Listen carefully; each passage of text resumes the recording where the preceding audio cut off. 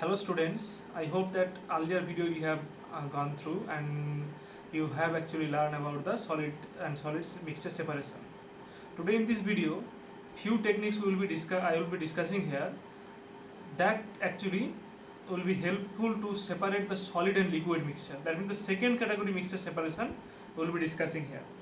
And you can see in the screen of this laptop I have written there that separation of solid liquid mixtures, the methods are filtration and then centrifugation, then evaporation, distillation, chromatography and crystallization. Today first we will be discussing the three methods. One is the filtration, another is the centrifugation and evaporation. And let us start with the filtration. Generally you know that the filtration means actually the filtering a substance. Here in this method in filtration, okay, just hold on. Filtration, here we require what? One component which can pass through the pores of filter paper, another cannot. Simple example, the sand and water mixture can be separated by the filtration method. Here sand is an insoluble substance and water is not. Obviously sand is not soluble in water. That means see, the mixture which contain one insoluble substance, that can be separated by this method. Now if you actually allow this sand and water mixture to pass through a filter paper, water will pass through the filter paper and sand will remain above the filter paper as a residue. So that means see, what is the principle of this method? The principle of this method said that obviously the mixture should contain one component insoluble and other component which size should be less than that of the pores of filter paper. Okay, so in that way we can separate that mixture. Generally see, in our household, you know about the tea strainers. Tea strainers is used for filtration of tea leaves from the prepared tea. So that is also a filtration method. See, the tea leaves are insoluble in the prepared tea.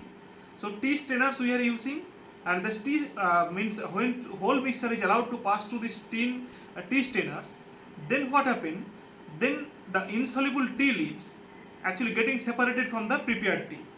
Now the next method we will be going here, that is very very important, that is centrifugation method. Centrifugation method. Generally see what happen. Just let me take an example here. In the big dairies, cream is separated from the skimmed milk. How? In big dairies, what happened there? In a big container, the whole mixture of the milk and the cream is taken, and then with the help of centrifuge machine, it is rotated with a high speed, like this way, rotated with a high speed. Due to the high speed rotation, what happened? That a force known as the centrifugal force acts on the heavier particle, and that is a downward force.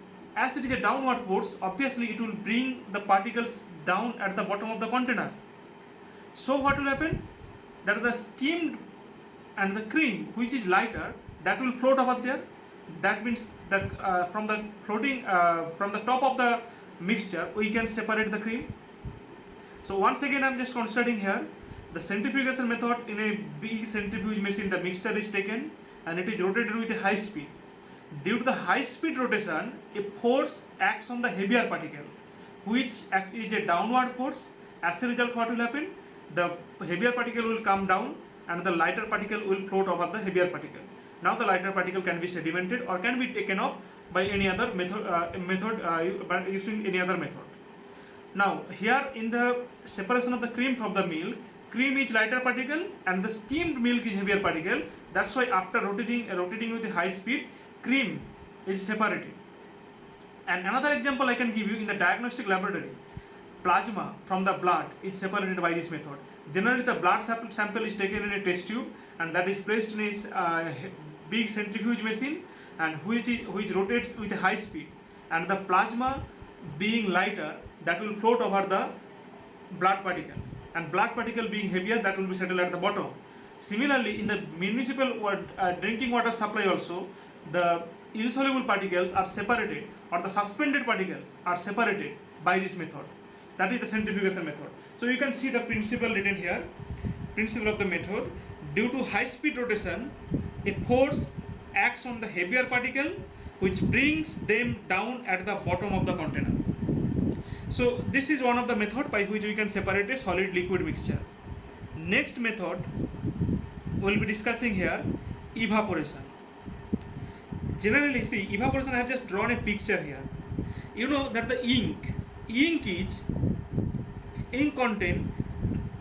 actually contain the dye particle. Dye particle means that is a coloring substance present dissolved in water, and that dye can be separated from the liquid water by this method. How?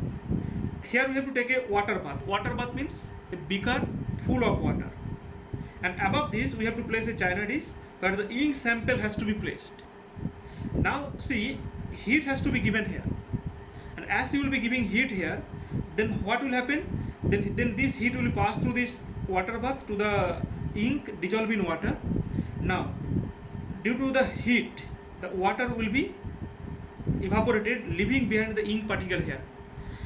Then the question is coming: why we cannot give heat directly to this ink dissolved in water? Why we have to follow the indirect method? If you give directly heat here, then what will happen? Then it will get a extra heat or the extreme heat, and due to the extreme heat, the ink particle will get charred now or decomposed. Now, if you actually place it on a water bath, then what will happen?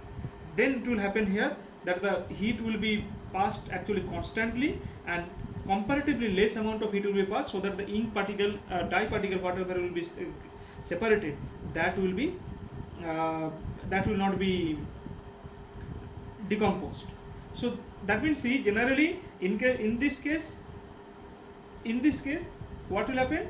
That the sample has to be placed in a water, just heat it, one particle will get evaporated, another particle will be remain as the residue. Now see, what is the principle of this method? The principle of this method is that it said that a solid evaporates at a faster than liquid. A solid evaporates at faster rate than a liquid. That is the principle of this method is used. I hope that this three method, whatever we have discussed here, so it will help you to understand the separation of the mixture. So if you have any problem or any queries to understand this method, please let me know in my personal WhatsApp number, or you can write actually with the comment box of this section. And if you like this video, you can share, you can subscribe, or subscribe it. That's all. Thank you.